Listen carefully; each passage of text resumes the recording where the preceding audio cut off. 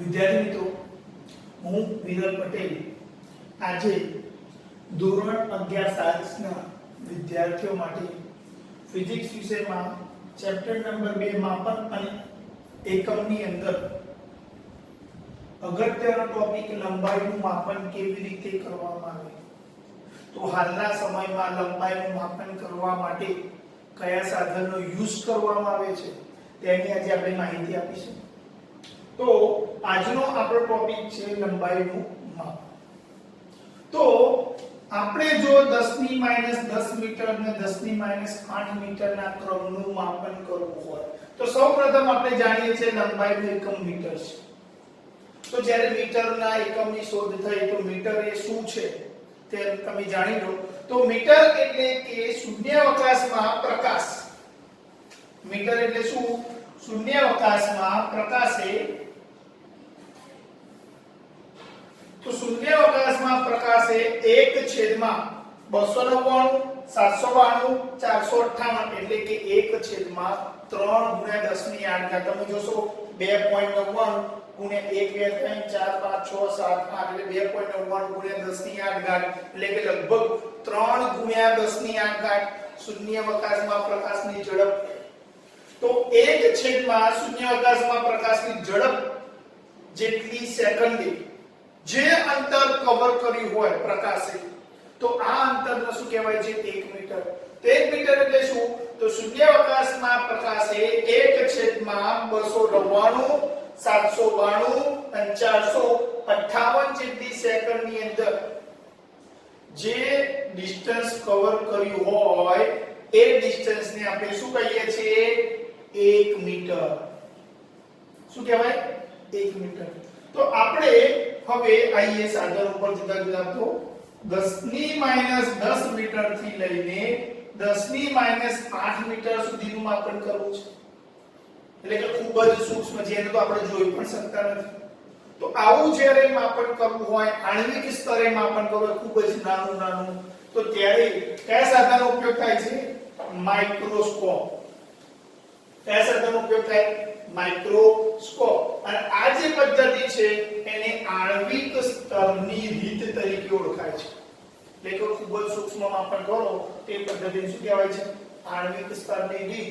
Microscope દ્વારા તેનો તમે શું કરી શકો છો?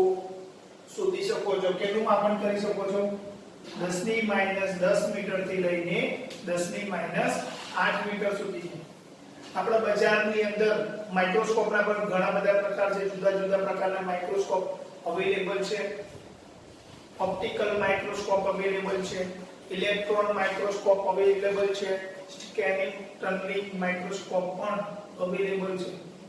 તો આપણે માઇક્રોસ્કોપનો યુઝ કરીને 10 ની -10 મીટર થી લઈને 10 ની -8 મીટર ના ક્રમનું માપન કરી શકીએ છીએ. તો હવે આગળ જોઈએ. જો મારે 10 ની -5 મીટર ક્રમનું, એટલે કે માઇક્રો કરતા એક જ થોડું મોટું, તો 10 ની -5 મીટરના ક્રમનું માપન કરવું હોય તો કયા સાધન? બે સાધન વપરાય છે, સ્ક્રૂ ગેજ અને બીજું શું છે? સ્ફેરોમીટર. તો એક સાધનનું નામ શું છે? સ્ક્રૂ ગેજ છે. બીજા સાધનનું નામ શું છે? સ્ફેરોમીટર છે. જે આપણે પ્રયોગશાળામાં ધોરણ 11 ની અંદર પ્રયોગશાળામાં બંને સાધનો વિશે ખૂબ જ ચર્ચા કરવાની છે. સાધનો તમે જોઈને પરોક્ષ રીતે તમારી સામે જ રિયાલિટીમાં પ્રયોગ કરીને તમે આ મેઝરમેન્ટ કરી શકશો. તો 10 ની -5 મીટર સુધીનું માપન કરવું હોય તો સ્ક્રૂ ગેજ અને સ્ફેરોમીટરનો યુઝ થાય છે. અને આ જે પદ્ધતિ છે પ્રત્યક્ષ પદ્ધતિ છે, એટલે કે તમે જાતે કરી શકો છો. તમે રિયાલિટીમાં જોઈને આમ કરી શકો છો આ પદ્ધતિ.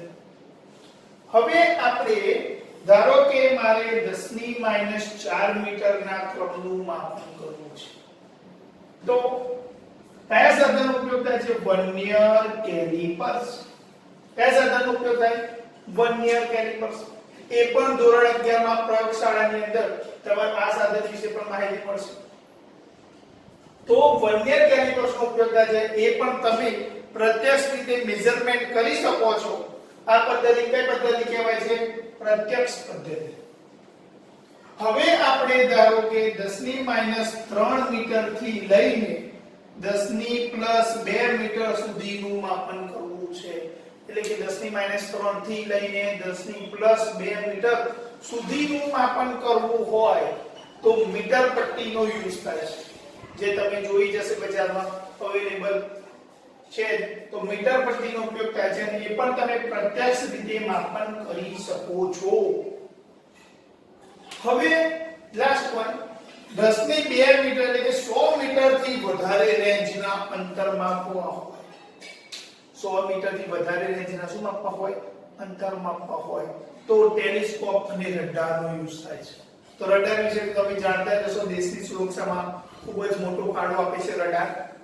તો 10 ની +2 મીટર થી વધારે જો અંતર મારે માપન કરવું હોય તો રડાર, ટેલિસ્કોપ જેવા સાધનોનો ઉપયોગ થાય છે. હવે આ જે પદ્ધતિ છે એને પરોક્ષ પદ્ધતિ એટલે કે ઇકો પદ્ધતિ કહેવાય છે.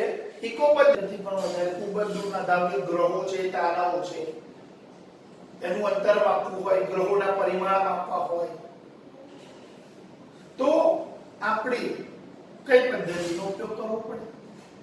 તો ખૂબ જ મોટા અંતરોના માપન માટે જે પદ્ધતિ છે એ પદ્ધતિનું નામ છે દ્રષ્ટિ સ્થાન ભેદ રીત. તો તમને એમ થાય દ્રષ્ટિ સ્થાન ભેદ શું છે? તો દ્રષ્ટિ સ્થાન ભેદ એટલે શું? તો એ સમજવું હોય તો આપણે સૌપ્રથમ એક પેન્સિલ લેવાની, કાં તો કોઈ પણ બોલ પેન, તો એને તમે રૂમના કોઈ ખૂણાની સામે મૂકો. હવે એક આંખ બંધ કરો તો પેન્સિલનું સ્થાન ન જુઓ, ત્યારબાદ બીજી આંખ બંધ પેન્સિલનું સ્થાન જુઓ, તો તમને બંને અવલોકન દરમિયાન પેન્સિલના સ્થાન અલગ અલગ જોવા મળશે. તમે ટ્રાય કરી જુઓ એટલે તમને જલ્દી ખબર પડે.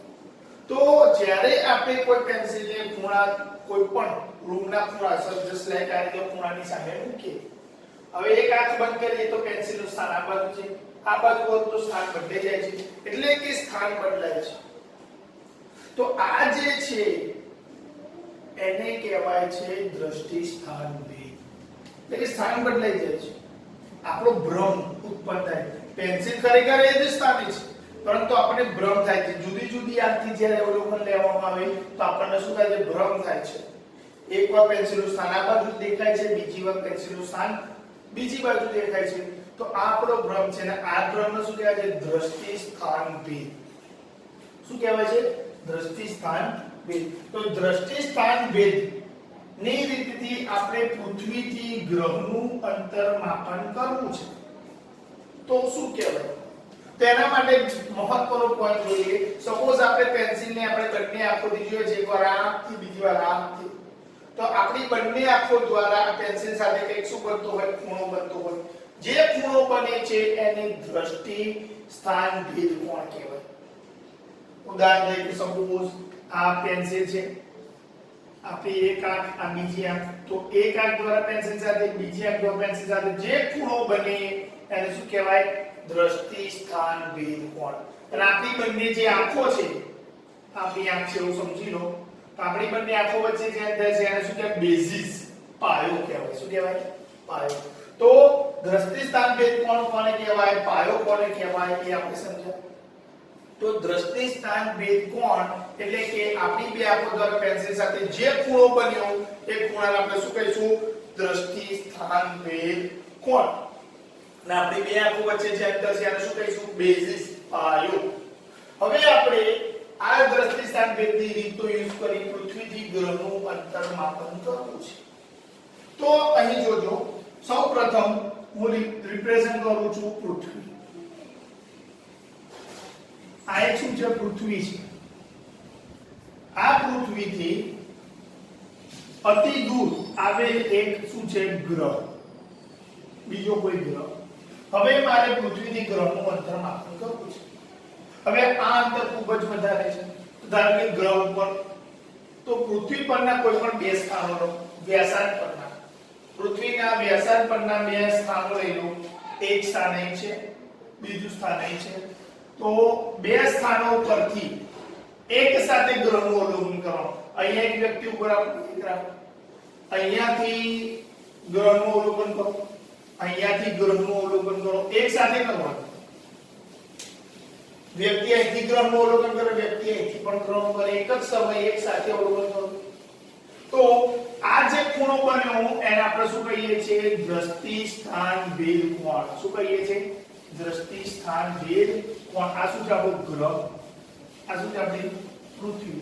તો આપણે આને શું કહેવાય? આપણે સપોઝ એક માણસ છે, એક અને બીજા માણસ વચ્ચેનું જે અંતર છે એના પર બેસિસ કહી દઈએ. આપણે બે આખો વચ્ચેનું જે કોણ જે અંતર તે પાયો કહેતા હતા, તે રીતે બે માણસો જે સ્થાનેથી ગ્રહનું અવલોકન કરે છે, એક માણસ અહીંથી કરે છે, એક માણસ અહીંથી કરે છે, તો બંને માણસ વચ્ચેનું અંતર એને પણ શું કહેવાય? બેઝિસ કહેવાય, પાયો. શું કહેવાય? પાયો. હવે ધારો કે પૃથ્વીથી ગ્રહનું જે અંતર છે એને શું કહીએ આપણે? ડી. શું કહી દઈએ? ડી.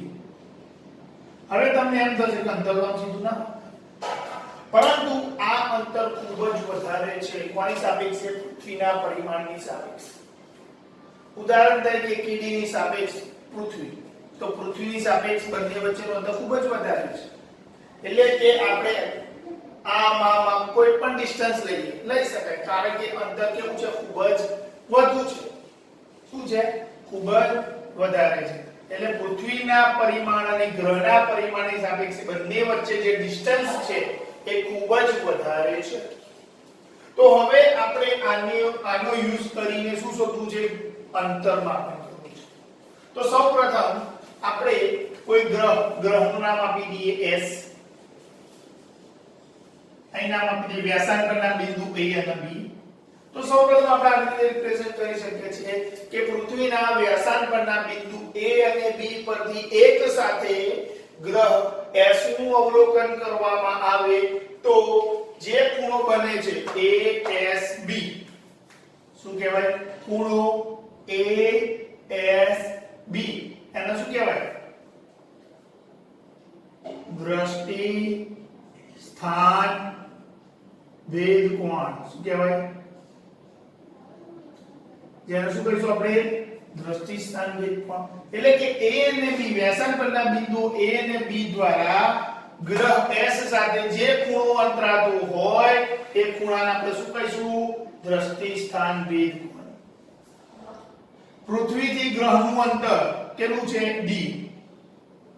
પૃથ્વી અને ગ્રહ S વચ્ચેનું અંતર શું છે? Capital D. બેઝિસ પાયો શું છે? બેઝિસ એટલે કે પાયો એટલે કે પૃથ્વીનો વ્યાસ જેવું થયું, વ્યાસાર્ધ પરના બિંદુ છે, કેટલો છે? બેઝિસ એટલે B કહેવાય. તો હવે મારે D શોધવું છે. તો આપણે જ્યારે આ અંતર ખૂબ જ મોટું હોય આના પરિમાણની સાપેક્ષે, તો આપણે આને કેન્દ્ર તરીકે લઈ આખું એક વર્તુળ ધરાવતા ચાપ તરીકે લઈ શકીએ. ઉદાહરણ તરીકે હું તમને એમ કહું કે આ વર્તુળ છે.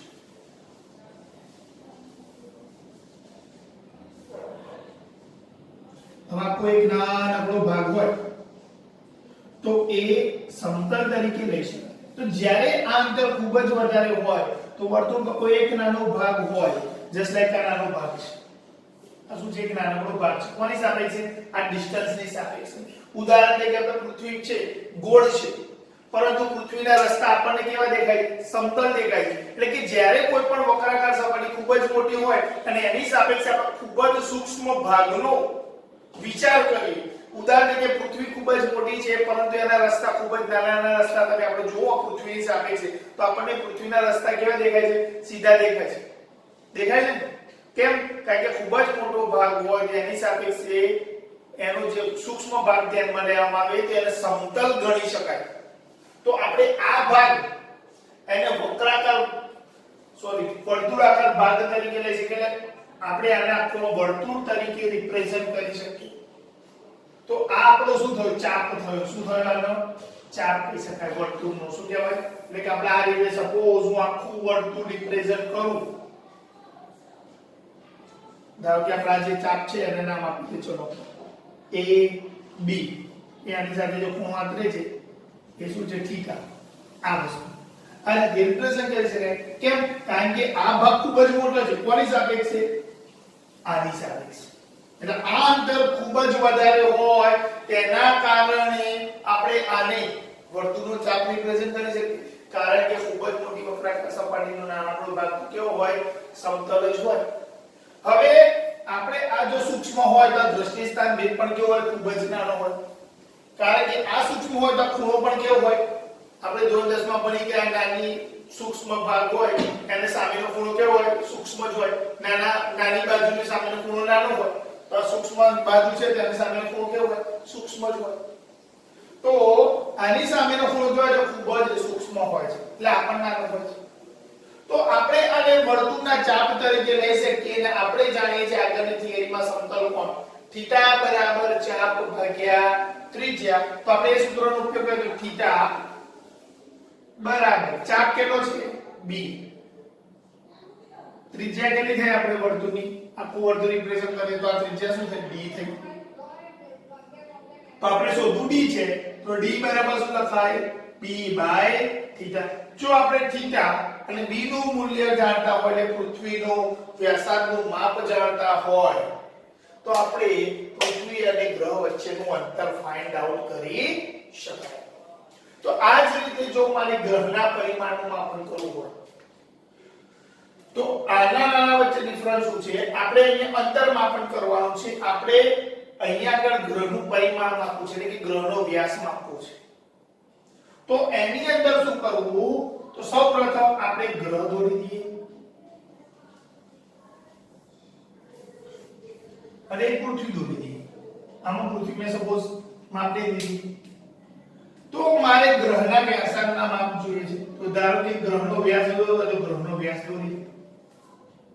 તો જ્યારે ગ્રહના વ્યાસ શાંત પરના બિંદુઓ છે જેનું નામ કોઈ આપી દઈએ આપણે a b c d જે હોય તો એ બી ગ્રહનો વ્યાસ અને ડાયામીટર કહેવાય એટલે એને d નામ આપીએ કારણ કે ગ્રહનો વ્યાસ માપવો છે. તો ગ્રહના વ્યાસના બિંદુ a અને b દ્વારા પૃથ્વી સાથે પૃથ્વી પરના કોઈ પણ એક જ સ્થાન જોડો. આમાં શું હતું? પૃથ્વી પરના બે સ્થાનોથી ગ્રહ જોતા હતા. આપણે પૃથ્વી પરના કોઈ એક જ સ્થાનથી ગ્રહ પરના વ્યાસાર્ધ પરના બે બિંદુઓ જોવાના. એકવાર ઉપર જોવાનું એકવાર નીચે. એટલે ગ્રહ હોય એટલે એકવાર ઉપરની સાઈડથી જુઓ બીજી વાર નીચેની સાઈડથી જુઓ. એટલે કે પૃથ્વીના એક જ સ્થાનથી આ અર્થ છે. તો પૃથ્વીનું કોઈ એક જ સ્થાન છે તેના પરથી ગ્રહના વ્યાસાર્ધ પરના બિંદુઓ જોવાના. એટલે એક આ સ્થાન જો વ્યાસાર્ધનું બીજું આ સ્થાન જો. તો પૃથ્વીના વ્યાસ દ્વારા ગ્રહના વ્યાસાર્ધ પરના બિંદુ દ્વારા પૃથ્વી સાથે જે ખૂણો થાય ને એને કોણીય વ્યાસ કહેવાય. શું કહેવાય? આલ્ફા. જેને શું કહેવાય? કોણીય વ્યાસ આલ્ફા કહેવાય છે. તો આલ્ફા શું છે? અહીંયા આગળ કોણીય વ્યાસ. આલ્ફા શું છે? કોણીય વ્યાસ. આપણે બંને વચ્ચેનું અંતર તો કેપિટલ D ધારીએ છીએ. તો મારે જો આલ્ફા શોધવું હોય કે d શોધવું હોય એટલે કે આપણે અહીંયા શોધવું છે d શોધવું છે ગ્રહનું પરિમાણ શોધવું છે. તો આપણે ગ્રહનું પરિમાણ શોધવું હોય તો પૃથ્વી પરના કોઈ એક સ્થાનથી ગ્રહના જુદા જુદા બે સ્થાનોનું અવલોકન કરવાનું. વ્યાસાર્ધ પરના વધુ બેટર રહેશે પરિમાણ માટે.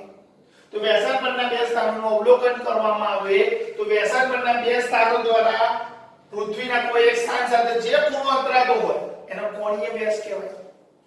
તો આપણે ફરી θ બરાબર 4 ભાગ્યા ત્રિજ્યા સૂત્ર વાપરીએ છીએ કે આ અંતર ખૂબ જ વધારે છે. કોની સાપેક્ષે? એના પરિમાણની સાપેક્ષે. અને જ્યારે ખૂબ જ મોટી વક્ર સપાટીનો કોઈ સૂક્ષ્મ ભાગ લેવામાં આવે તો સમતલ લેવાય તો આ સમતલ ભાગ છે એ મોટી વક્ર સપાટીનો શું છે? સૂક્ષ્મ ભાગ છે. એટલે આ ખૂબ જ સૂક્ષ્મ છે. તો આલ્ફા પણ ખૂબ જ સૂક્ષ્મ છે. આ પણ સૂક્ષ્મ છે આ પણ સૂક્ષ્મ છે. તો આપણે θ બરાબર 4 ભાગ્યા ત્રિજ્યાનો યુઝ કરીએ તો θ જગ્યાએ શું છે? આલ્ફા છે. ચાપ કેટલો છે? d છે. આ શું છે? Capital D. આપણે ફાઇન્ડ આઉટ d કરવું છે માટે સ્મોલ d બરાબર શું લખાય? d ઉપર આલ્ફા d. તો આપણે કોણીય વ્યાસ અને અંતર વચ્ચેનો ગુણાકાર કરી દઈએ તો આપણે ગ્રહના પરિમાણનું માપન કરી શકાય. તો આવા જ બીજા વિડિયોઝ જોવા માટે like my videos share and subscribe my YouTube channel Viral Patel Physics Guruji.